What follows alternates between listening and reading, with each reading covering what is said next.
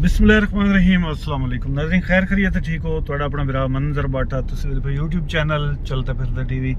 कुछ अरसा पहले को 2 तो 2.5 महीने पहले ना एक तो मैं खबर वेखी आ कोट अद्दू दे विच ना मोटरसाइकिल ते कोई बंदा मोटरसाइकिल चलाइंदा बैठा, ओहदे पिछे ना छोटी बच्ची बैठी आ, कोई 11 सालां दी 10-11 सालां दी ना, ते उस बच्ची दा दुपट्टा वलिया स्कूटर दे विच। असीं एक गल दस्सण लग्या, गल याद आवे तां असीं रूह कंब जांदी है। यकीन करिया उस बच्ची दा गला कट्टिया गया, गला कट्टी के ओहदा जेहड़ा ना सिर ओह धड़ तो अलहदा हो गया।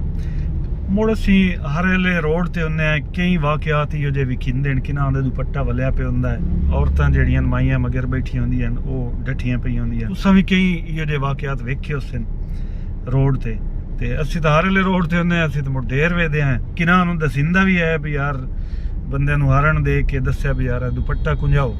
मुड़ कई बंदे विचों माइंड ही कर जांदे न ते कई आदन भी ठीक कीता तुसां दस्सिया, ते दसना भी चाहिदा है। माइंड करन या मुड्ढू ना करन, साडा हक बनदा, साडा फर्ज बनदा है एज ए ड्राइवर भी असीं उन्हां नूं दस्सीए भी यार ए नुकसान हुंदा पिया ने तुहाडा। इस तरह अज मैं बैठा मौजूद इत्थे रोड दे उत्ते ते मेरे सामने एक मोटरसाइकिल सवार जांदा पिया, उसदे पिछे एक बजुर्ग आ, वो जेड़ा चोर चलाइंदा बैठा ना बिल्कुल मट्ठा मट्ठा, मतलब उसकी स्पीड कोई 25 तो 30 किलोमीटर फी घंटे दी उसकी स्पीड उसी तकरीबन। पिछला जेड़ा बुढ़ड़ा बैठा ना उसकी लुकार जिन्हों चादर आदे उस गाले वली हुई आ, वो लमकी लुकार लमकन दे नाल ना वो वली गई, स्कूटर दी तारन वे वली, जिवें छेक आई लुकार नूं बूढ़ा बमदा लगाया हेठां डाय पिया।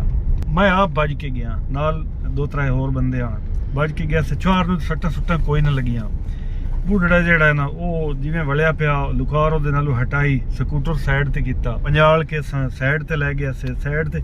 वो जिवें तरह टुरे ना उहदी खब्बी लत्त बिल्कुल उहदा बैलेंस आउट आ। मैं बूढ़े कोलों पुछया, मैं कि चाचा ये दस भी ये लत्त तेरी अगे दी इन्नी आई हुण होई? उस आख्या हुण होई है। तत्ता ताहा उसले तो उन्होंने एडी तकलीफ काई ना, जिवें ओहदा जुस्सा ठरदा गया ने दुमंजी चाही मुड़ ओनू उत्ते लिटाया। वो रेस्क्यू वाले ने फोन किया, वो आ गए जी, उन्हें टीका गोपिया, अभी दर्दां कुछ एदियां घट हैं। स्कूटर ते पहले रेस्क्यू वाले आया, उस तो बाद मुड़ उन्हें एंबूलेंस मंगाई, एंबूलेंस दे विच आके जनाब उन्हें हस्पताल अपड़ाया भी एक्सरे उसकी पता लग सी भी होया कि। मेरे ख्याल दे मुताबिक ओहदा जेड़ा चूकना नहीं हुंदा, ये चूकना ओहदा छुड़क गया, पिछला पारा बजुर्ग दा विगड़ गया। ते इंज हुंदा भी थोड़ी जी गलती कुताई, वो छोर अगर मोबाइल दे ख्याले ना जांदा पे हुंदा, बुढ़ड़े वालों दी तवज्जो हुंदी, इस हादसे तो बच सकदा। बहरहाल हुंदी तो वह जिहड़ी अल्लाह दी करनी होवे। ते इंज भी कोशिश कीती करो यार, अगर किसी दा लमके होया दुपट्टा तां कोशिश कीती उन्होंने दस्सिया, माई पिछे बैठी ओहदा दुपट्टा लमके होया उन्होंने दस्सिया, ते आप ही एहतियात कीती। स्कूटर ते बहन तो पहलू अगर तुसी औरत किसी सवाणी मगर बहिंदे पे हो तां उन्होंने ये तकीद की भी उतला दुपट्टा जड़ा ना कुंज के बवे लमकावे नहीं, ठीक है।